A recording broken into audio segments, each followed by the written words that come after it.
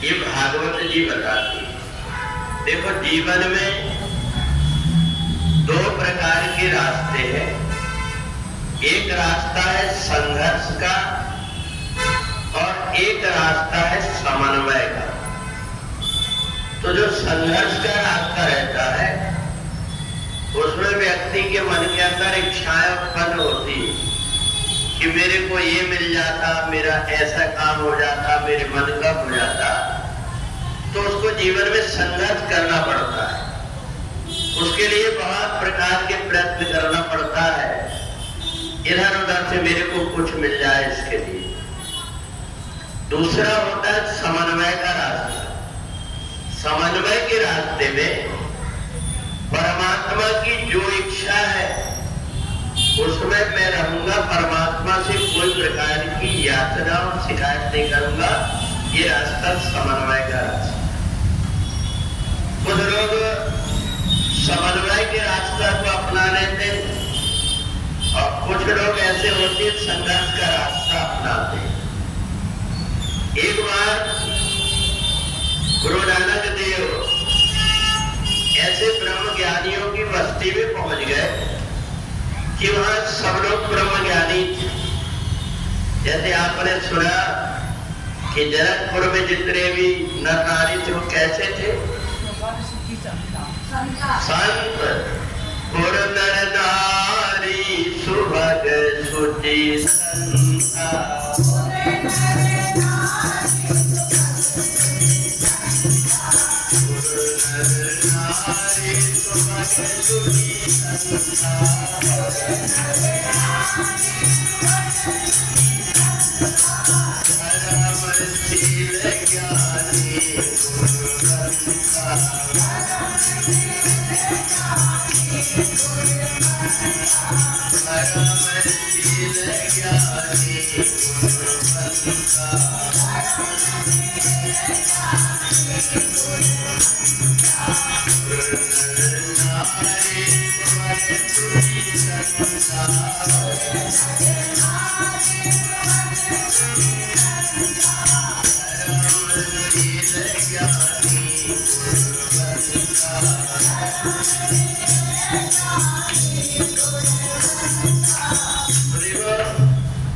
ये जो मैं आपको बात बता रहा हूं ये वेदांत की बात है। ये समझने में थोड़ी अटपटी लगेगी। तो गुरु नानक देव एक ऐसी बस्ती में चले गए जहां सब लोग ब्रह्म ज्ञानी थे।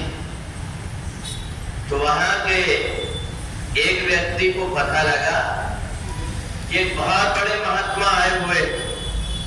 उन्होंने सोचा कि एक काम करो, इनकी परीक्षा लेकर के देखना चाहिए कि सचमुच में इन्होंने कपड़े अकेले रंगाए हैं क्या महात्मा है। तो उन्होंने अपने एक आदमी को एक गिलास में दूध भर करके दिया। और दूध कितना भरा? आधी गिलास, जिसमें एक बूंद भी और न आ सके, इतना भरा। और लेकर के अपने आदमी को दे दिया, इसको ले जाकर के गुरु नानक के पास में ले जाओ। जब गुरु नानक के पास में वो दूध लेकर के आए तो गुरु नानक भी तो ब्रह्म ज्ञानी थे। उन्होंने इशारा समझ गए कि पूरी गिलास भरी हुई क्यों मेरे पास भेजी। तो उन्होंने जैसे लेकर के आए तो गुरु नानक देव ने उसमें फूल डाल दिया और कहा ले जाओ लौटा कर। तो जिसने लेकर के आया उसने कहा महाराज मैं समझा नहीं कि आप लोगों की आपस में ये बात क्या हो गई। बोले देखो एक गिलास जो भरा हुआ है, ये गिलास में जो आपके यहाँ के लोग हैं उन्होंने ये कहा कि हमारे यहाँ पर सब चीज से व्यक्ति परिपूर्ण है, यहाँ पर तुम्हारे लिए कोई जगह नहीं। ये पूरा गिलास भरा हुआ, इसलिए बोले आपने फूल डाले उसका क्या मतलब।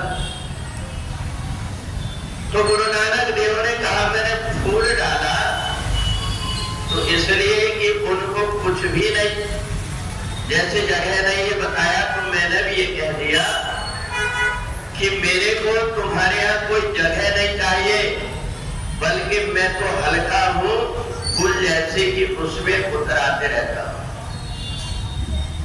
इसका मतलब ये हुआ कि अगर अपने जीवन में हमने अभिमान को त्याग दिया तो हमारा जीवन कैसा हो जाता है? हल्का हो जाता है।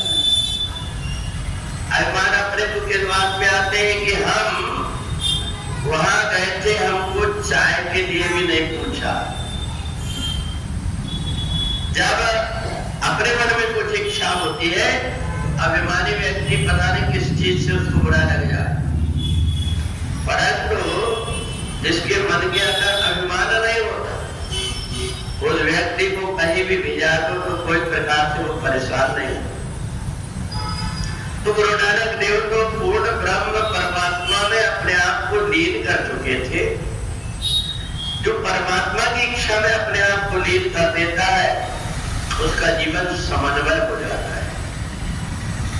वो जीवन में कोई दुख आ जाए तो भी उसको कोई परेशानी नहीं, और जीवन में सुख आ जाए तो भी उसको भूलता नहीं।